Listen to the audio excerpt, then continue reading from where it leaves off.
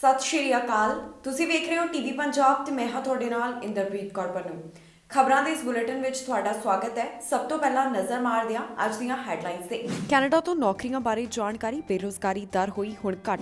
Truck ਵਾਲਿਆਂ ਨੇ ਦਿੱਤੀ ਚੇਤਾਵਨੀ, ਕਿਹਾ ਹੁਣ ਸਪਲਾਈ ਚੇਨ ਤੇ ਪਵੇਗਾ ਅਸਰ। 59 ਹਥਿਆਰਾਂ ਨਾਲ 2 ਕਾਬੂ, ਪੁਲਿਸ ਨੇ ਸਾਂਝੀ ਕੀਤੀ ਜਾਣਕਾਰੀ। ਬ੍ਰਿਟਿਸ਼ ਕੋਲੰਬੀਆ 'ਚ ਕਈ ਜਾਨਵਰਾਂ ਦੀ ਬਚ ਗਈ ਜਾਨ, ਖੇਤੀਬਾੜੀ ਮੰਤਰੀ ਨੇ ਸਾਂਝੀ ਕੀਤੀ ਜਾਣਕਾਰੀ। ਕਰੋਨਾ ਦੇ ਨਵੇਂ ਰੂਪ ਦੇ ਮਾਮਲੇ ਆਏ ਸਾਹਮਣੇ, ਅਮਰੀਕਾ ਤੋਂ ਆਈ ਇਸ ਦੀ ਜਾਣਕਾਰੀ। ਨਵੰਬਰ ਮਹੀਨੇ ਕੈਨੇਡਾ ਦੀ ਆਰਥਿਕਤਾ ਕਿਸ ਤਰ੍ਹਾਂ ਦੀ ਰਹੀ, ਇਸ ਬਾਰੇ ਜਾਣਕਾਰੀ ਸਾਹਮਣੇ ਆਈ ਹੈ। ਇਸ ਮਹੀਨੇ ਕਈ ਨੌਕਰੀਆਂ ਕੈਨੇਡਾ ਦੀ ਆਰਥਿਕਤਾ ਵਿੱਚ ਸ਼ਾਮਲ ਹੋਈਆਂ, ਜਿਸ ਬਾਰੇ ਸਟੈਟਿਸਟਿਕਸ ਕੈਨੇਡਾ ਵੱਲੋਂ ਦੱਸਿਆ ਗਿਆ। ਤੇ ਨਾਲ ਹੀ ਇੱਕ ਚੰਗੀ ਖਬਰ ਇਹ ਵੀ ਸਾਹਮਣੇ ਆਈ ਹੈ ਕਿ ਇਸ ਮਹੀਨੇ ਬੇਰੁਜ਼ਗਾਰੀ ਦਰ ਕਾਫੀ ਹੇਠਾਂ ਆ ਗਈ। ਨਵੰਬਰ ਮਹੀਨੇ ਦੌਰਾਨ ਕੈਨੇਡਾ ਦੀ ਆਰਥਿਕਤਾ ਕਿਸ ਤਰ੍ਹਾਂ ਰਹੀ, ਇਸ ਬਾਰੇ ਜਾਣਕਾਰੀ ਸਾਹਮਣੇ ਆਈ ਹੈ। ਨਵੰਬਰ ਮਹੀਨੇ ਕੈਨੇਡਾ ਦੀ ਇਕਾਨਮੀ ਵਿੱਚ 1,54,000 ਨਵੀਆਂ ਨੌਕਰੀਆਂ ਦਰਜ ਕੀਤੀਆਂ ਗਈਆਂ। ਇਸ ਬਾਰੇ ਸਟੈਟਿਸਟਿਕਸ ਕੈਨੇਡਾ ਵੱਲੋਂ ਜਾਣਕਾਰੀ ਸਾਂਝੀ ਕੀਤੀ ਗਈ, ਜਿਸ ਵਿੱਚ ਉਹਨਾਂ ਦੱਸਿਆ ਕਿ ਨਵੰਬਰ ਮਹੀਨੇ ਦੌਰਾਨ 1,54,000 ਨਵੀਆਂ ਨੌਕਰੀਆਂ ਪੈਦਾ ਹੋਈਆਂ ਨੇ ਤੇ ਇਸੇ ਮਹੀਨੇ ਦੌਰਾਨ ਬੇਰੁਜ਼ਗਾਰੀ ਦਰ ਘਟ ਕੇ 6% ਤੇ ਪਹੁੰਚ ਗਈ। ਸਟੈਟਿਸਟਿਕਸ ਕੈਨੇਡਾ ਵੱਲੋਂ ਜੋ ਨਵੇਂ ਅੰਕੜੇ ਪੇਸ਼ ਕੀਤੇ ਗਏ, ਉਸ ਮੁਤਾਬਕ ਬੇਰੁਜ਼ਗਾਰੀ ਦਰ ਵਿੱਚ 0.7% ਦੀ ਗਿਰਾਵਟ ਦਰਜ ਕੀਤੀ ਗਈ ਹੈ। ਦੱਸੀਏ ਕਿ ਪੈਂਡੇਮਿਕ ਤੋਂ ਬਾਅਦ ਹੁਣ ਤੱਕ ਦਾ ਇਹ ਸਭ ਤੋਂ ਘੱਟ ਬੇਰੁਜ਼ਗਾਰੀ ਦਰ ਸਾਹਮਣੇ ਆਇਆ ਹੈ। ਕੋਵਿਡ ਤੋਂ ਪਹਿਲਾਂ ਫਰਵਰੀ 2020 ਵਿੱਚ ਕੈਨੇਡਾ ਦੀ ਬੇਰੁਜ਼ਗਾਰੀ ਦਰ 5.7% ਸੀ। ਮਈ 2020 ਵਿੱਚ ਇਹ ਬੇਰੁਜ਼ਗਾਰੀ ਦਰ 13.7% ਰਿਕਾਰਡ ਕੀਤੀ ਗਈ ਸੀ ਤੇ ਇਸ ਤੋਂ ਬਾਅਦ ਇਹ ਲਗਾਤਾਰ ਘਟਦੀ ਹੋਈ ਦਿਖਾਈ ਦੇ ਰਹੀ ਹੈ। ਸਟੈਟਿਸਟਿਕਸ ਕੈਨੇਡਾ ਮੁਤਾਬਕ ਨਵੰਬਰ ਮਹੀਨੇ 19.3 ਮਿਲੀਅਨ ਲੋਕਾਂ ਕੋਲ ਨੌਕਰੀਆਂ ਰਿਕਾਰਡ ਕੀਤੀਆਂ ਗਈਆਂ ਨੇ। ਹੁਣ ਤਨਖਾਹ ਬਾਰੇ ਜੋ ਸਟੈਟਿਸਟਿਕਸ ਕੈਨੇਡਾ ਵੱਲੋਂ ਅੰਕੜੇ ਪੇਸ਼ ਕੀਤੇ ਗਏ, ਉਹ ਚੰਗੇ ਹਨ। ਨਵੰਬਰ ਮਹੀਨੇ ਦੀਆਂ ਤਨਖਾਹਾਂ ਵਿੱਚ ਪਿਛਲੇ 2 ਸਾਲਾਂ ਦੀ ਤੁਲਨਾ ਵਿੱਚ 7.7% ਦਾ ਵਾਧਾ ਦਰਜ ਕੀਤਾ ਗਿਆ। ਹੁਣ ਨਵੰਬਰ ਮਹੀਨੇ ਵਿੱਚ ਦੇਖਿਆ ਗਿਆ ਕਿ ਬੇਰੁਜ਼ਗਾਰੀ ਦਰ ਪਹਿਲਾਂ ਦੇ ਮੁਕਾਬਲੇ ਘਟਦੀ ਹੋਈ ਦਿਖਾਈ ਦਿੱਤੀ। ਕੈਨੇਡਾ ਤੇ ਅਮਰੀਕਾ ਵੱਲੋਂ ਟਰੱਕ ਡਰਾਈਵਰਸ ਲਈ ਵੈਕਸੀਨੇਸ਼ਨ ਨਾਲ ਸੰਬੰਧਿਤ ਜੋ ਐਲਾਨ ਕੀਤਾ ਗਿਆ, ਉਸ ਤੋਂ ਬਾਅਦ ਹੁਣ ਟਰੱਕ ਡਰਾਈਵਰਸ ਨੇ ਚੇਤਾਵਨੀ ਦਿੱਤੀ ਹੈ। ਟਰੱਕ ਡਰਾਈਵਰਸ ਦਾ ਕਹਿਣਾ ਹੈ ਕਿ ਸਪਲਾਈ ਚੇਨ ਜੋ ਪਹਿਲਾਂ ਹੀ ਪ੍ਰਭਾਵਿਤ ਹੈ, ਹੁਣ ਹੋਰ ਵੀ ਜ਼ਿਆਦਾ ਪ੍ਰਭਾਵਿਤ ਹੋਵੇਗੀ। ਅਮਰੀਕਾ ਤੇ ਕੈਨੇਡਾ ਵੱਲੋਂ ਟਰੱਕ ਡਰਾਈਵਰਸ ਤੋਂ ਜੋ ਪ੍ਰੂਫ ਆਫ ਵੈਕਸੀਨੇਸ਼ਨ ਸੰਬੰਧੀ ਜਾਣਕਾਰੀ ਦਿੱਤੀ ਗਈ ਸੀ, ਉਸ ਤੋਂ ਬਾਅਦ ਹੁਣ ਟਰੱਕ ਡਰਾਈਵਰਸ ਆਪਣਾ ਪੱਖ ਰੱਖਦੇ ਹੋਏ ਨਜ਼ਰ ਆ ਰਹੇ ਨੇ। ਟਰੱਕ ਡਰਾਈਵਰਸ ਵੱਲੋਂ ਸਪਲਾਈ ਚੇਨ ਨੂੰ ਲੈ ਕੇ ਚੇਤਾਵਨੀ ਜਾਰੀ ਕੀਤੀ ਗਈ ਹੈ। ਅਮਰੀਕਾ ਵੱਲੋਂ ਟਰੱਕ ਡਰਾਈਵਰਸ ਲਈ ਜੋ ਕੋਵਿਡ-19 ਵੈਕਸੀਨ ਲਾਜ਼ਮੀ ਕੀਤੀ ਗਈ, ਉਸ ਤੋਂ ਬਾਅਦ ਹੁਣ ਟਰੱਕਰਸ ਨੇ ਸਪਲਾਈ ਚੇਨ ਨੂੰ ਲੈ ਕੇ ਚੇਤਾਵਨੀ ਦਿੱਤੀ ਹੈ। ਹੁਣ ਜੋ ਕੈਨੇਡਾ ਅਤੇ ਅਮਰੀਕਾ ਵਿੱਚ ਮੁੱਖ ਟਰੱਕਿੰਗ ਲੌਬੀਜ਼ ਹਨ, ਉਨ੍ਹਾਂ ਵੱਲੋਂ ਇਹ ਗੱਲ ਕਹੀ ਗਈ ਕਿ ਅਮਰੀਕਾ ਵੱਲੋਂ ਜੋ ਲਾਜ਼ਮੀ ਵੈਕਸੀਨੇਸ਼ਨ ਦਾ ਫੈਸਲਾ ਕੀਤਾ ਗਿਆ ਹੈ, ਇਸ ਨਾਲ ਸਪਲਾਈ ਚੇਨ ਪ੍ਰਭਾਵਿਤ ਹੋਵੇਗੀ। ਉਨ੍ਹਾਂ ਕਿਹਾ, ਪਹਿਲਾਂ ਹੀ ਡਰਾਈਵਰਾਂ ਦੀ ਕਮੀ ਦਾ ਸਾਹਮਣਾ ਕਰਨਾ ਪੈ ਰਿਹਾ ਹੈ ਤੇ ਹੁਣ ਇੱਕ ਵਾਰ ਫਿਰ ਤੋਂ ਸਪਲਾਈ ਚੇਨ ਵੱਧ ਪ੍ਰਭਾਵਿਤ ਹੋ ਸਕਦੀ ਹੈ। ਜਾਣਕਾਰੀ ਲਈ ਦੱਸ ਦਈਏ ਕਿ ਕੈਨੇਡਾ ਵਿੱਚ ਜਨਵਰੀ ਮਹੀਨੇ ਦੀ ਸ਼ੁਰੂਆਤ ਤੋਂ ਹੀ ਟਰੱਕ ਡਰਾਈਵਰਸ ਤੋਂ ਵੈਕਸੀਨੇਸ਼ਨ ਦਾ ਪ੍ਰੂਫ ਮੰਗਿਆ ਜਾਵੇਗਾ, ਜਦਕਿ ਬਾਈਡਨ ਪ੍ਰਸ਼ਾਸਨ ਵੱਲੋਂ ਇਹ ਫੈਸਲਾ ਲਿਆ ਗਿਆ ਹੈ ਕਿ ਜਿਹੜੀਆਂ ਟਰੱਕ ਡਰਾਈਵਰ ਕੰਪਨੀਆਂ ਨੇ, ਜਿਨ੍ਹਾਂ ਵਿੱਚ 100 ਤੋਂ ਵੱਧ ਕਰਮਚਾਰੀ ਕੰਮ ਕਰਦੇ ਹਨ, ਉਨ੍ਹਾਂ ਦੇ ਕਰਮਚਾਰੀ ਵੈਕਸੀਨੇਟਡ ਹੋਣੇ ਚਾਹੀਦੇ ਨੇ ਜਾਂ ਫਿਰ ਉਨ੍ਹਾਂ ਨੂੰ ਹਫ਼ਤਾਵਾਰੀ ਟੈਸਟਿੰਗ ਦੀ ਰਿਪੋਰਟ ਜਮ੍ਹਾਂ ਕਰਵਾਉਣੀ ਹੋਵੇਗੀ। ਜ਼ਿਕਰਯੋਗ ਹੈ ਕਿ ਕੋਰੋਨਾ ਵਾਇਰਸ ਦੌਰਾਨ ਵੀ ਟਰੱਕ ਡਰਾਈਵਰਸ ਵੱਲੋਂ ਆਪਣਾ ਕੰਮ ਜਾਰੀ ਰੱਖਿਆ ਗਿਆ। ਇੱਕ ਜਗ੍ਹਾ ਤੋਂ ਦੂਸਰੀ ਜਗ੍ਹਾ ਉਨ੍ਹਾਂ ਵੱਲੋਂ ਚੀਜ਼ਾਂ ਪਹੁੰਚਾਈਆਂ ਗਈਆਂ ਤੇ ਉਨ੍ਹਾਂ ਨੂੰ ਇਸ ਪੈਂਡੇਮਿਕ ਦੌਰਾਨ ਐਸੈਂਸ਼ੀਅਲ ਵਰਕਰ ਦੇ ਤੌਰ ਉੱਪਰ ਦੇਖਿਆ ਗਿਆ, ਕਿਉਂਕਿ ਉਨ੍ਹਾਂ ਵੱਲੋਂ ਸਪਲਾਈ ਚੇਨ ਨੂੰ ਜਾਰੀ ਰੱਖਿਆ ਗਿਆ। ਕੈਨੇਡੀਅਨ ਟਰੱਕਿੰਗ ਅਲਾਇੰਸ ਦੇ ਪ੍ਰੈਜ਼ੀਡੈਂਟ ਅਤੇ ਚੀਫ ਐਗਜ਼ੀਕਟਿਵ ਦਾ ਕਹਿਣਾ ਹੈ ਕਿ ਅਸੀਂ ਸਾਰੇ ਜਾਣਦੇ ਹਾਂ ਕਿ ਸਪਲਾਈ ਚੇਨ ਪਹਿਲਾਂ ਹੀ ਪ੍ਰਭਾਵਿਤ ਹੋਈ ਹੈ ਤੇ ਹੁਣ ਇਸ ਉੱਪਰ ਹੋਰ ਵੀ ਪ੍ਰਭਾਵ ਦੇਖਣ ਨੂੰ ਮਿਲ ਸਕਦਾ ਹੈ।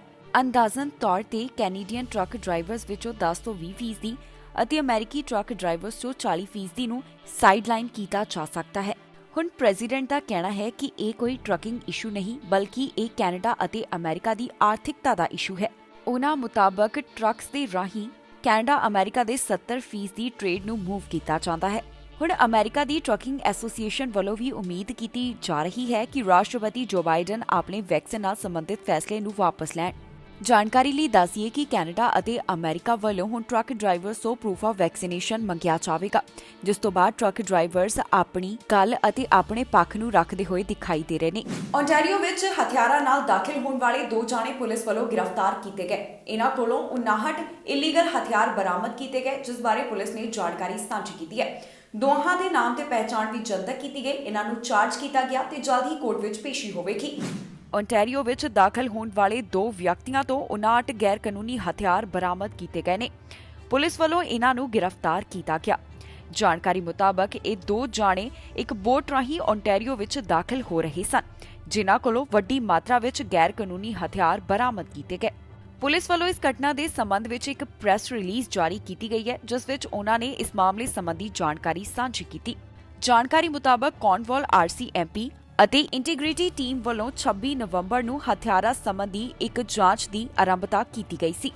ਪੁਲਿਸ ਵੱਲੋਂ ਦੱਸਿਆ ਗਿਆ ਕਿ 2 ਜਾਣੇ ਕਿਸ਼ਤੀ ਰਾਹੀਂ ਓਨਟਾਰੀਓ ਵਿੱਚ ਦਾਖਲ ਹੋ ਰਹੇ ਸਨ। ਉਹਨਾਂ ਵੱਲੋਂ 3 ਬੈਗ ਬੋਟ ਤੋਂ ਲਾ ਕੇ ਇੱਕ ਵਾਹਨ ਵਿੱਚ ਰੱਖੇ ਗਏ। ਇਸ ਤੋਂ ਬਾਅਦ RCMP ਵੱਲੋਂ ਇੱਕ ਸਟਾਪ ਕੰਡਕਟ ਕੀਤਾ ਗਿਆ ਤੇ ਨਾਕੇ ਤੋਂ ਉਹਨਾਂ ਵੱਲੋਂ ਵੱਡੀ ਮਾਤਰਾ ਵਿੱਚ ਗੈਰ ਕਾਨੂੰਨੀ ਹਥਿਆਰ ਬਰਾਮਦ ਕੀਤੇ ਗਏ। ਆਫੀਸਰਸ ਵੱਲੋਂ 53 ਰਿਸਟ੍ਰਿਕਟਡ ਅਤੇ ਪ੍ਰੋਹਿਬਿਟਡ ਪਿਸਟਲ, 6 ਪ੍ਰੋਹਿਬਿਟਡ ਰਾਈਫਲ ਅਤੇ 110 ਹਾਈ ਕੈਪੈਸਿਟੀ ਮੈਗਜ਼ੀਨਸ ਬਰਾਮਦ ਕੀਤੇ ਗਏ। ਹੁਣ ਇਸ ਮਾਮਲੇ ਦੇ ਸੰਬੰਧ ਵਿੱਚ ਜਿਹੜੇ 2 ਜਾਣੇ ਗ੍ਰਿਫਤਾਰ ਕੀਤੇ ਗਏ, ਉਹਨਾਂ ਦੀ ਨਾਮ ਅਤੇ ਪਹਿਚਾਣ ਵੀ ਪੁਲਿਸ ਵੱਲੋਂ ਸਾਂਝੀ ਕੀਤੀ ਗਈ ਹੈ। ਇਹ ਦੋਨੋਂ ਜਾਣੇ ਕਿਬਿਕ ਨਾਲ ਸੰਬੰਧਿਤ ਹੈ। ਇੱਕ ਦਾ ਨਾਮ ਐਂਟੀ ਫਲੈਰੋ, ਜਿਸ ਦੀ ਉਮਰ 25 ਸਾਲ ਅਤੇ ਦੂਸਰੇ ਦਾ ਨਾਮ ਵਲਾਦੀਮੀਰ, ਜਿਸ ਦੀ ਉਮਰ 49 ਸਾਲ ਦੇ ਕਰੀਬ ਦੱਸੀ ਗਈ ਹੈ। ਹੁਣ ਪੁਲਿਸ ਵੱਲੋਂ ਇਹਨਾਂ ਦੋਹਾਂ ਜਾਣਿਆਂ ਨੂੰ ਗ੍ਰਿਫਤਾਰ ਕੀਤਾ ਗਿਆ। ਇਹਨਾਂ ਦੋਹਾਂ ਜਾਣਿਆਂ ਤੇ ਕਈ ਚਾਰਜ ਵੀ ਲਗਾਏ ਗਏ ਹਨ। ਪੁਲਿਸ ਵੱਲੋਂ ਇਸ ਮਾਮਲੇ ਸੰਬੰਧੀ ਵਧੇਰੇ ਜਾਣਕਾਰੀ ਸਾਂਝੀ ਕਰਦਿਆਂ ਦੱਸਿਆ ਗਿਆ ਕਿ ਇਹਨਾਂ ਦੀ 11 ਜਨਵਰੀ 2022 ਨੂੰ ਕੋਰਟ ਵਿੱਚ ਪੇਸ਼ੀ ਹੋਣ ਜਾ ਰਹੀ ਹੈ, ਜੋ ਕਿ ਇੱਕ ਵੀਡੀਓ ਰਾਹੀਂ ਹੋਵੇਗੀ। ਜ਼ਿਕਰਯੋਗ ਹੈ ਕਿ ਹਾਲ ਹੀ 'ਚ ਇੱਕ ਹੋਰ ਖਬਰ ਸਾਹਮਣੇ ਆਈ ਸੀ, ਜਿੱਥੇ ਔਰਤ ਨੂੰ ਜ਼ਿਆਦਾ ਹਥਿਆਰਾਂ ਨਾਲ ਗ੍ਰਿਫਤਾਰ ਕੀਤਾ ਗਿਆ ਸੀ। ਇਹ ਔਰਤ ਅਮਰੀਕਾ ਨਾਲ ਸੰਬੰਧਿਤ ਸੀ, ਜੋ ਕਿ ਕੈਨੇਡਾ ਵਿੱਚ ਦਾਖਲ ਹੋ ਰਹੀ ਸੀ ਤੇ ਇਸ ਕੋਲੋਂ 56 ਇਲੀਗਲ ਫਾਇਰ ਆਰਮਸ ਬਰਾਮਦ ਕੀਤੀਆਂ ਗਈਆਂ ਸਨ। ਬ੍ਰਿਟਿਸ਼ ਕੋਲੰਬੀਆ ਦੇ ਕਈ ਹਿੱਸੇ ਹੜ੍ਹ ਕਾਰਨ ਕਾਫੀ ਜ਼ਿਆਦਾ ਪ੍ਰਭਾਵਿਤ ਹੋਏ। ਹੁਣ ਖੇਤੀਬਾੜੀ ਮੰਤਰੀ ਵੱਲੋਂ ਜੋ ਤਾਜ਼ਾ ਜਾਣਕਾਰੀ ਸਾਂਝੀ ਕੀਤੀ ਗਈ, ਉਸ ਮੁਤਾਬਕ ਉਹਨਾਂ ਨੇ ਦੱਸਿਆ ਕਿ ਬ੍ਰਿਟਿਸ਼ ਕੋਲੰਬੀਆ ਵਿੱਚ ਜੋ ਇਸ ਸਮੇਂ ਹਾਲਾਤ ਬਣੇ ਹੋਏ ਸਨ, ਇਸ ਦੌਰਾਨ ਕਈ ਜਾਨਵਰਾਂ ਦੀ ਮੌਤ ਹੋ ਗਈ ਅਤੇ ਕਈ ਵੱਡੀ ਗਿਣਤੀ ਵਿੱਚ ਜਾਨਵਰ ਬਚ ਵੀ ਗਏ ਨੇ। ਬ੍ਰਿਟਿਸ਼ ਕੋਲੰਬੀਆ ਦੇ ਕੁਝ ਹਿੱਸਿਆਂ ਵਿੱਚ ਜੋ ਤੂਫਾਨ ਆਇਆ ਸੀ, ਇਸ ਦੌਰਾਨ 98% ਗਾਵਾਂ ਅਤੇ 97% ਮੁਰਗੀਆਂ ਦੀ ਜਾਨ ਬਚ ਗਈ। ਇਸ ਬਾਰੇ ਐਗਰੀਕਲਚਰ ਮੰਤਰੀ ਵੱਲੋਂ ਜਾਣਕਾਰੀ ਸਾਂਝੀ ਕੀਤੀ ਗਈ ਹੈ। ਇਸ ਸੂਬੇ ਦੇ ਐਗਰੀਕਲਚਰ ਮਿਨਿਸਟਰ ਦਾ ਕਹਿਣਾ ਹੈ ਕਿ ਵੱਡੀ ਗਿਣਤੀ ਵਿੱਚ ਗਾਵਾਂ ਅਤੇ ਮੁਰਗੀਆਂ ਦੀ ਜਾਨ ਤੂਫਾਨ ਵਿੱਚ ਬਚ ਗਈ ਹੈ। ਇਸ ਬਾਰੇ ਉਨ੍ਹਾਂ ਵੱਲੋਂ ਅੱਜ ਸਵੇਰੇ ਜਾਣਕਾਰੀ ਸਾਂਝੀ ਕੀਤੀ ਗਈ ਹੈ। ਉਨ੍ਹਾਂ ਦਾ ਕਹਿਣਾ ਹੈ ਕਿ ਪਹਿਲਾਂ ਦੇ ਮੁਕਾਬਲੇ ਕੁਝ ਹਿੱਸਿਆਂ ਵਿੱਚ ਹਾਲਾਤ ਸੁਧਰਦੇ ਹੋਏ ਦਿਖਾਈ ਦੇ ਰਹੇ ਨੇ। ਕਈ ਹਿੱਸਿਆਂ ਵਿੱਚ ਪਾਣੀ ਦਾ ਪੱਧਰ ਵੀ ਹੇਠਾਂ ਜਾਂਦਾ ਹੋਇਆ ਦਰਜ ਕੀਤਾ ਜਾ ਰਿਹਾ ਹੈ। ਇਸ ਤੋਂ ਪਹਿਲਾਂ ਖੇਤੀਬਾੜੀ ਮੰਤਰੀ ਵੱਲੋਂ ਜਾਣਕਾਰੀ ਸਾਂਝੀ ਕੀਤੀ ਗਈ ਸੀ ਕਿ ਹੜ੍ਹ ਦੇ ਕਾਰਨ ਅਤੇ ਜੋ ਇੱਥੇ ਸਟਾਰਮ ਆਇਆ, ਉਸ ਕਾਰਨ 6,40,000 ਦੇ ਕਰੀਬ ਜਾਨਵਰਾਂ ਦੀ ਮੌਤ ਹੋ ਗਈ ਤੇ ਹੁਣ ਉਨ੍ਹਾਂ ਵੱਲੋਂ ਉਨ੍ਹਾਂ ਜਾਨਵਰਾਂ ਬਾਰੇ ਦੱਸਿਆ ਗਿਆ ਜਿਹੜੇ ਹੜ੍ਹ ਤੋਂ ਸਰਵਾਈਵ ਕਰ ਚੁੱਕੇ ਨੇ। ਜਾਣਕਾਰੀ ਲਈ ਦੱਸੀਏ ਕਿ ਬ੍ਰਿਟਿਸ਼ ਕੋਲੰਬੀਆ ਦੇ ਕਈ ਹਿੱਸਿਆਂ ਵਿੱਚ ਕਾਫੀ ਜ਼ਿਆਦਾ ਬਰਸਾਤ ਹੋਈ, ਜਿਸ ਤੋਂ ਬਾਅਦ ਇੱਥੇ ਹੜ੍ਹ ਵਰਗੇ ਹਾਲਾਤ ਬਣ ਗਏ। ਕਈ ਥਾਵਾਂ ਤੇ ਪਾਣੀ ਦਾ ਪੱਧਰ ਲਗਾਤਾਰ ਵਾਧਾ ਹੋਇਆ ਵੀ ਦਿਖਾਈ ਦਿੱਤਾ ਸੀ। ਇਸ ਦੌਰਾਨ ਕਈ ਹਾਈਵੇ ਵੀ ਬੰਦ ਕਰ ਦਿੱਤੇ ਗਏ ਕਿਉਂਕਿ ਉੱਥੋਂ ਮਡ ਸਲਾਈਡ ਦੇ ਮਾਮਲੇ ਸਾਹਮਣੇ ਆਏ ਸਨ। ਜਿਨ੍ਹਾਂ ਥਾਵਾਂ ਤੇ ਪਾਣੀ ਭਰਿਆ, ਉੱਥੇ ਜਾਨਵਰਾਂ ਦੀ ਵੀ ਮੌਤ ਹੋਈ ਸੀ। ਬਹੁਤੀਆਂ ਥਾਵਾਂ ਤੇ ਰੇਤਾ ਦੀਆਂ ਬੋਰੀਆਂ ਵੀ ਲਗਾਈਆਂ ਜਾ ਰਹੀਆਂ ਸਨ ਤਾਂ ਕਿ ਪਾਣੀ ਤੋਂ ਬਚਾਅ ਕੀਤਾ ਜਾਵੇ। ਬ੍ਰਿਟਿਸ਼ ਕੋਲੰਬੀਆ ਤੋਂ ਸਮੇਂ-ਸਮੇਂ ਤੇ ਮੌਸਮ ਸੰਬੰਧੀ ਜਾਣਕਾਰੀ ਸਾਂਝੀ ਕੀਤੀ ਜਾਂਦੀ ਹੈ ਤੇ ਇੱਥੇ ਜਿਹੜੇ ਤਾਜ਼ਾ ਹਾਲਾਤ ਨੇ ਉਹਨਾਂ ਨਾਲ ਵੀ ਜਾਣੂ ਕਰਵਾਇਆ ਜਾਂਦਾ ਹੈ। ਤੇ ਹੁਣ ਬ੍ਰਿਟਿਸ਼ ਕੋਲੰਬੀਆ ਤੋਂ ਜੋ ਜਾਣਕਾਰੀ ਸਾਹਮਣੇ ਆਈ, ਉਸ ਵਿੱਚ ਦੱਸਿਆ ਗਿਆ ਕਿ ਕਈ ਜਾਨਵਰ ਇਸ ਹੜ੍ਹ ਤੋਂ ਸਰਵਾਈਵ ਕਰ ਚੁੱਕੇ ਨੇ। ਕੋਰੋਨਾ ਵਾਇਰਸ ਦਾ ਜੋ ਨਵਾਂ ਵੇਰੀਐਂਟ ਸਾਹਮਣੇ ਆਇਆ, ਇਸ ਦੇ ਮਾਮਲੇ ਲਗਾਤਾਰ ਕਈ ਦੇਸ਼ਾਂ ਤੋਂ ਸਾਹਮਣੇ ਆ ਰਹੇ ਹਨ। ਅਮਰੀਕਾ ਤੋਂ ਵੀ ਜਾਣਕਾਰੀ ਸਾਹਮਣੇ ਆ ਰਹੀ ਹੈ, ਜਿੱਥੇ ਕਈ ਸੂਬਿਆਂ ਵਿੱਚ ਇਸ ਦੇ ਕੇਸਿਸ ਰਿਪੋਰਟ ਕੀਤੇ ਗਏ ਨੇ, ਜਿਸ ਬਾਰੇ ਤਾਜ਼ਾ ਜਾਣਕਾਰੀ ਸਾਹਮਣੇ ਆਈ ਹੈ। ਕੋਰੋਨਾ ਵਾਇਰਸ ਦਾ ਜੋ ਨਵਾਂ ਰੂਪ ਸਾਹਮਣੇ ਆਇਆ, ਇਸ ਦੇ ਮਾਮਲੇ ਕਈ ਦੇਸ਼ਾਂ ਵਿੱਚ ਰਿਕਾਰਡ ਕੀਤੇ ਜਾ ਰਹੇ ਹਨ।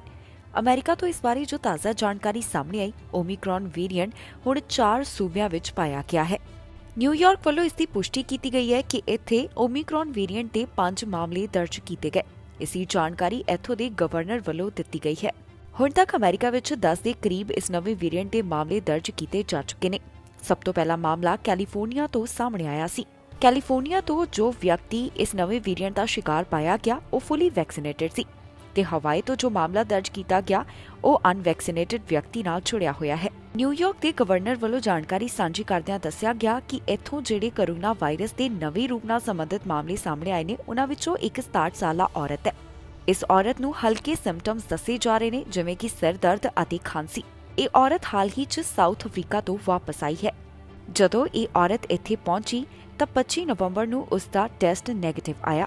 ਬਾਅਦ ਵਿੱਚ 30 ਨਵੰਬਰ ਨੂੰ ਉਹ ਕੋਰੋਨਾ ਪੋਜ਼ਿਟਿਵ ਪਾਈ ਗਈ। ਅਜੇ ਇਸ ਔਰਤ ਦੀ ਵੈਕਸੀਨੇਸ਼ਨ ਹਿਸਟਰੀ ਵੀ ਸਪਸ਼ਟ ਨਹੀਂ ਹੋ ਸਕੀ। ਹਵਾਈ ਤੋਂ ਵੀ ਕੋਰੋਨਾ ਵਾਇਰਸ ਦੇ ਨਵੇਂ ਰੂਪ ਨਾਲ ਸੰਬੰਧਿਤ ਮਾਮਲੇ ਦੀ ਪੁਸ਼ਟੀ ਹੋਈ ਹੈ। ਇੱਥੇ ਜੋ ਵਿਅਕਤੀ ਇਸ ਨਾਲ ਪੋਜ਼ਿਟਿਵ ਪਾਇਆ ਗਿਆ ਹੈ, ਉਸ ਦੀ ਕੋਈ ਵੀ ਟਰੈਵਲ ਹਿਸਟਰੀ ਅਜੇ ਤੱਕ ਸਪਸ਼ਟ ਨਹੀਂ ਹੋਈ। ਦੱਸ ਦਈਏ ਕਿ ਅਮਰੀਕਾ ਵਿੱਚ ਹੁਣ ਇਸ ਸਭ ਨੂੰ ਧਿਆਨ ਵਿੱਚ ਰੱਖਦਿਆਂ ਸਖਤੀਆਂ ਦਾ ਵੀ ਐਲਾਨ ਕੀਤਾ ਜਾ ਰਿਹਾ ਹੈ। ਹਾਲ ਹੀ 'ਚ ਜੋ ਬਾਈਡਨ ਵੱਲੋਂ ਜਾਣਕਾਰੀ ਸਾਂਝੀ ਕਰਦਿਆਂ ਦੱਸਿਆ ਗਿਆ ਸੀ ਕਿ ਅਮਰੀਕਾ ਆਉਣ ਵਾਲੇ ਯਾਤਰੀਆਂ ਨੂੰ ਇੱਕ ਦਿਨ ਪਹਿਲਾਂ ਟੈਸਟ ਕਰਵਾਉਣਾ ਜ਼ਰੂਰੀ ਹੋਵੇਗਾ। While this may be highly transmissible, at least from the early evidence, and again, more information is still forthcoming, we want people to know that the early cases that have arisen are not life-threatening. They seem to be minor cases, and that is a source of good news for us right now. But in terms of the information we received, literally there are 5 cases identified today in the state of New York. The first one was in Suffolk County. I've been in communication with the county executive, Steve Ballone, to alert him. This came out of a lab that is in Suffolk, and he was a 67-year-old female who had symptoms, mild symptoms of a headache and a cough. There is some vaccination history. We don't know if it's 1 vaccination, 2, or a booster shot, and that information will be shared with the public as soon as we receive it, but there's at least 1 vaccination involved. This is an individual who traveled from South Africa, who tested negative upon returning to the U.S. on 11/25. And on November 30th, they took a point-of-care test, and they did test positive.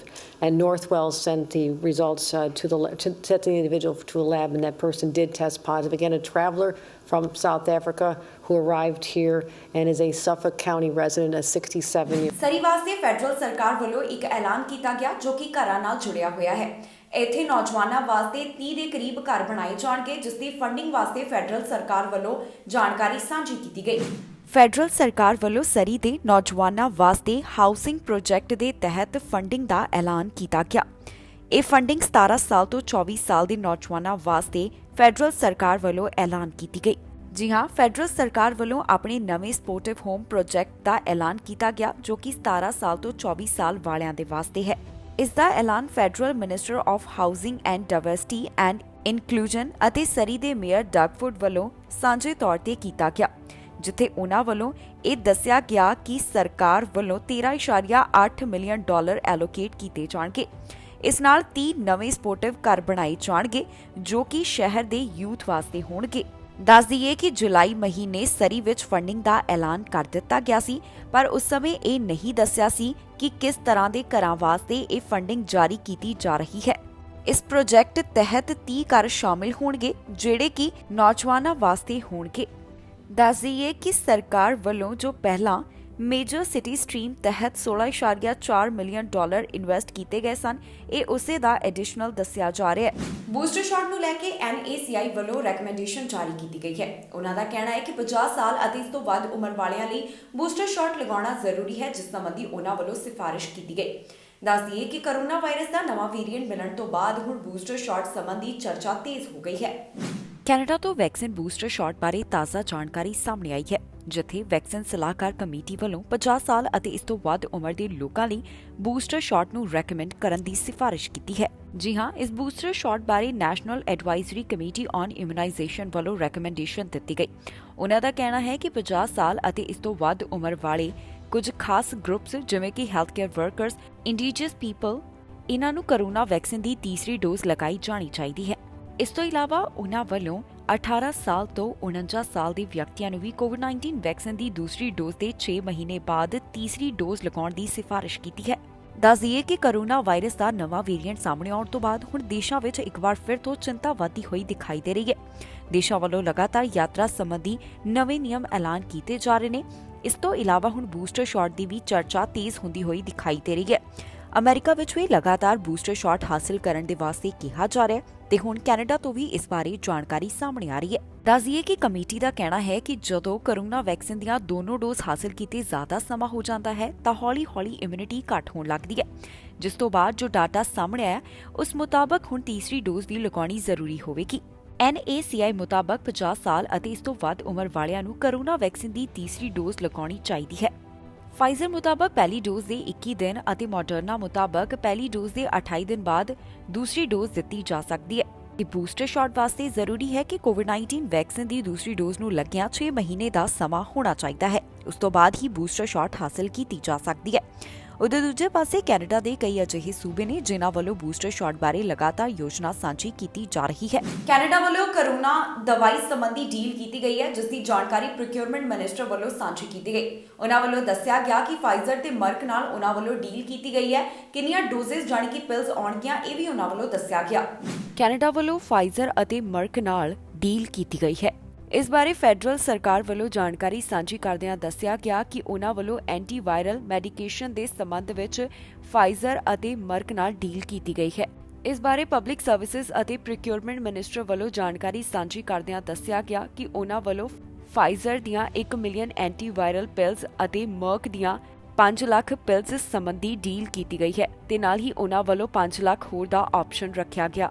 ਇਸ ਬਾਰੇ procurement minister ਵੱਲੋਂ ਇੱਕ press conference ਦੇ ਰਾਹੀਂ ਜਾਣਕਾਰੀ ਸਾਂਝੀ ਕੀਤੀ ਗਈ ਹੈ ਤੇ ਦੂਜੇ ਪਾਸੇ ਜੋ ਬੂਸਟਰ ਸ਼ਾਟ ਬਾਰੇ ਜਾਣਕਾਰੀ ਸਾਹਮਣੇ ਆਈ ਹੈ ਉਸ ਨੂੰ ਲੈ ਕੇ ਵੀ ਚਰਚਾ ਲਗਾਤਾਰ ਹੋ ਰਹੀ ਹੈ। ਹੁਣ ਇਸ ਬਾਰੇ ਆਫੀਸ਼ੀਅਲਸ ਵੱਲੋਂ ਕੀ ਦੱਸਿਆ ਜਾ ਰਿਹਾ ਹੈ, ਆਓ ਤੁਹਾਨੂੰ ਸੁਣਾਉਂਦੇ ਹਾਂ। Our government continues to help all Canadians bring an end to the COVID-19 pandemic. The confirmation of the Omicron variant in Canada this week is a stark reminder that we must remain vigilant in following public health measures, getting vaccination rates as high as possible, and pursuing new tools to help protect Canadians. And my department, Public Services and Procurement Canada, continues to acquire the supplies needed to keep Canadians safe. Given the reinstatement of mandatory testing for certain non-exempt travellers arriving in Canada, my department is working with manufacturers to secure more tests. And I can confirm that our existing contracts provide the flexibility to ensure that any increased demand can be met. Canadians are doing the right things to reduce the spread of COVID-19 and its variants in our communities, and our government continues to have their backs. Since Health Canada approved Pfizer pediatric vaccine for those aged 5 to 11, parents and children from across the country have stepped up to do their part. I had the honor of seeing the first shipment come into our country at the John C. Munro International Airport in my hometown of Hamilton almost 2 weeks ago. And I am happy to report that 2.9 million pediatric doses have since been received. That's enough to administer a first dose to all eligible children in Canada. And with today's new guidance from NACI on booster shots, I can assure you that our country has access to more than enough vaccine doses for all eligible Canadians. Getting your shot is still the best way to protect yourself and your loved ones. And keeping up with public health measures will help to slow the spread of the virus.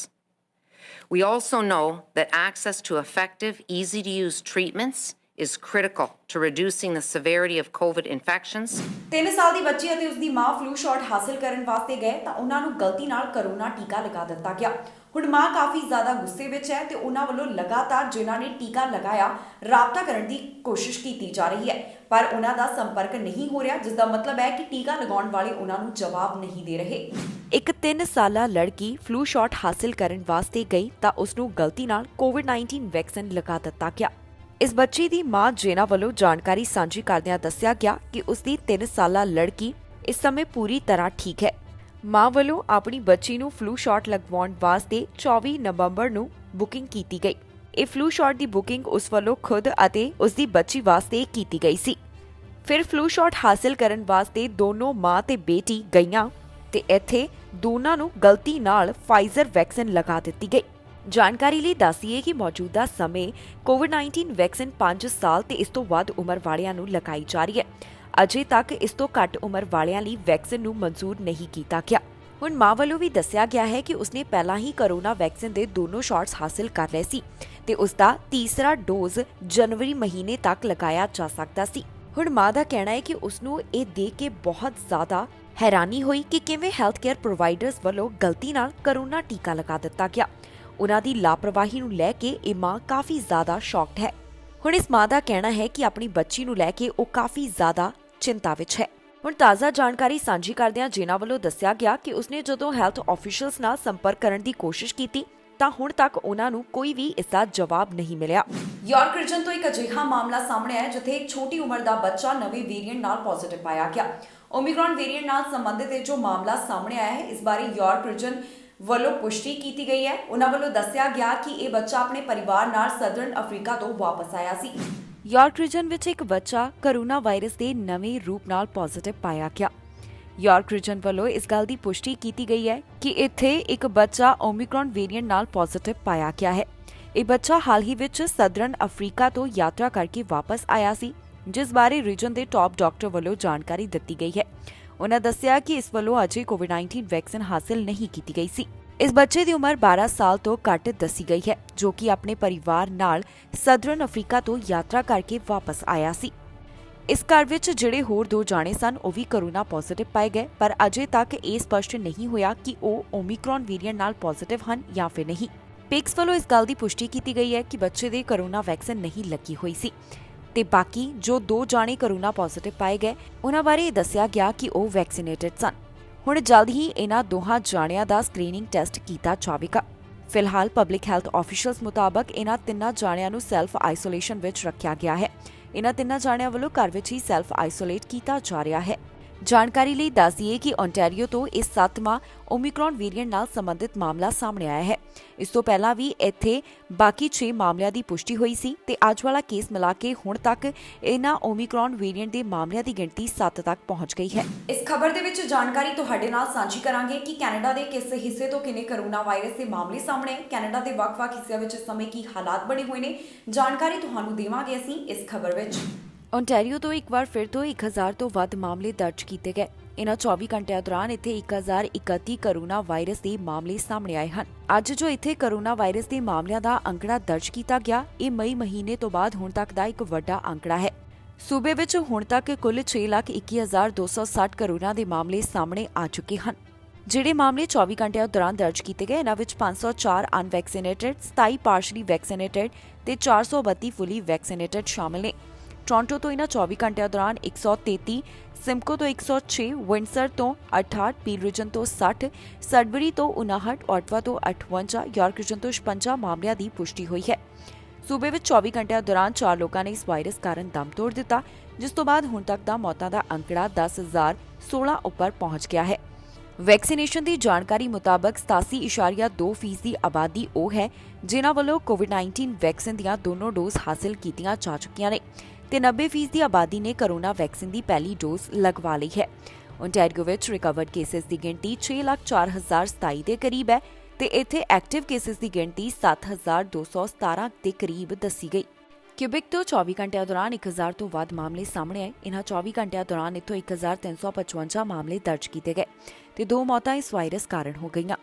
ਹੁਣ ਤੱਕ ਇਸ ਸੂਬੇ ਵਿੱਚ ਕੁੱਲ 4,51,868 corona ਦੇ ਮਾਮਲੇ ਸਾਹਮਣੇ ਆ ਚੁੱਕੇ ਨੇ। 11,585 ਮੌਤਾਂ ਇਸ ਵਾਇਰਸ ਕਾਰਨ ਹੋ ਚੁੱਕੀਆਂ ਨੇ। ਹਸਪਤਾਲ ਵਿੱਚ 230 ਦੇ ਕਰੀਬ ਮਰੀਜ਼ਾਂ ਦੀ ਗਿਣਤੀ ਹੈ, ਜਿਨ੍ਹਾਂ ਵਿੱਚੋਂ 57 ਇੰਟੈਂਸਿਵ ਕੇਅਰ ਅਧੀਨ ਹਨ। ਇੱਥੇ 86% ਦੀ ਆਬਾਦੀ ਵੱਲੋਂ ਕੋਵਿਡ-19 ਵੈਕਸੀਨ ਦੀ ਇੱਕ ਡੋਜ਼ ਅਤੇ 81% ਦੀ ਆਬਾਦੀ ਵੱਲੋਂ ਕੋਵਿਡ-19 ਵੈਕਸੀਨ ਦੀਆਂ ਦੋਨੋਂ ਡੋਜ਼ ਹਾਸਲ ਕੀਤੀਆਂ ਜਾ ਚੁੱਕੀਆਂ ਨੇ। ਕੈਨੇਡਾ 'ਚ ਹੁਣ ਤੱਕ ਕੁੱਲ 1.8 ਮਿਲੀਅਨ ਤੋਂ ਵੱਧ ਕੋਰੋਨਾ ਦੇ ਮਾਮਲੇ ਸਾਹਮਣੇ ਆ ਚੁੱਕੇ ਨੇ। 29,747 ਮੌਤਾਂ ਇਸ ਵਾਇਰਸ ਕਾਰਨ ਹੋ ਗਈਆਂ। ਇੱਥੇ ਐਕਟਿਵ ਕੇਸਿਸ ਦੀ ਗਿਣਤੀ 27,369 ਦੇ ਕਰੀਬ ਹੈ, ਜਿਨ੍ਹਾਂ ਵਿੱਚੋਂ 26,872 ਮਾਈਲਡ ਕੰਡੀਸ਼ਨ ਅਤੇ 497 ਸੀਰੀਅਸ ਕੰਡੀਸ਼ਨ ਵਿੱਚ ਨੇ। ਇੱਥੇ ਰਿਕਵਰਡ ਕੇਸਿਸ ਦਾ ਅੰਕੜਾ 1.7 ਮਿਲੀਅਨ ਤੋਂ ਵੱਧ ਦਾ ਹੈ। ਇਸ ਦੇ ਨਾਲ ਹੀ ਜਾਂਦੇ ਇੱਕ ਵਾਰ ਫਿਰ ਤੋਂ ਨਜ਼ਰ ਮਾਰਦੇ ਹਾਂ ਹੈਡਲਾਈਨਸ ਤੇ। ਕੈਨੇਡਾ ਤੋਂ ਨੌਕਰੀਆਂ ਬਾਰੇ ਜਾਣਕਾਰੀ, ਬੇਰੁਜ਼ਗਾਰੀ ਦਰ ਹੋਈ ਹੁਣ ਘੱਟ। ਟਰੱਕ ਵਾਲਿਆਂ ਨੇ ਦਿੱਤੀ ਚੇਤਾਵਨੀ, ਕਿਹਾ ਹੁਣ ਸਪਲਾਈ ਚੇਨ ਤੇ ਪਵੇਗਾ ਅਸਰ। 59 ਹਥਿਆਰਾਂ ਨਾਲ 2 ਕਾਬੂ, ਪੁਲਿਸ ਨੇ ਸਾਂਝੀ ਕੀਤੀ ਜਾਣਕਾਰੀ। ਬ੍ਰਿਟਿਸ਼ ਕੋਲੰਬੀਆ 'ਚ ਕਈ ਜਾਨਵਰਾਂ ਦੀ ਬਚ ਗਈ ਜਾਨ, ਖੇਤੀਬਾੜੀ ਮੰਤਰੀ ਨੇ ਸਾਂਝੀ ਕੀਤੀ ਜਾਣਕਾਰੀ। ਕੋਰੋਨਾ ਦੇ ਨਵੇਂ ਰੂਪ ਦੇ ਮਾਮਲੇ ਆਏ ਸਾਹਮਣੇ, ਅਮਰੀਕਾ ਤੋਂ ਆਈ ਇਸ ਦੀ ਜਾਣਕਾਰੀ। ਖਬਰਾਂ ਦੇ ਇਸ ਬੁਲੇਟਿਨ ਵਿੱਚ ਇੰਨਾ ਹੀ। ਨਵੀਆਂ ਤੇ ਤਾਜ਼ੀਆਂ ਖਬਰਾਂ ਲੈ ਕੇ ਫਿਰ ਤੋਂ ਹਾਜ਼ਰ ਹੋਵਾਂਗੇ। ਫਿਲਹਾਲ ਮੈਨੂੰ ਇੰਦਰਪ੍ਰੀਤ ਕੌਰ ਪੰਨੂ ਨੂੰ ਦਿਓ ਇਜਾਜ਼ਤ ਤੇ ਤੁਸੀਂ ਵੇਖਦੇ ਰਹੋ ਟੀਵੀ ਪੰਜਾਬ।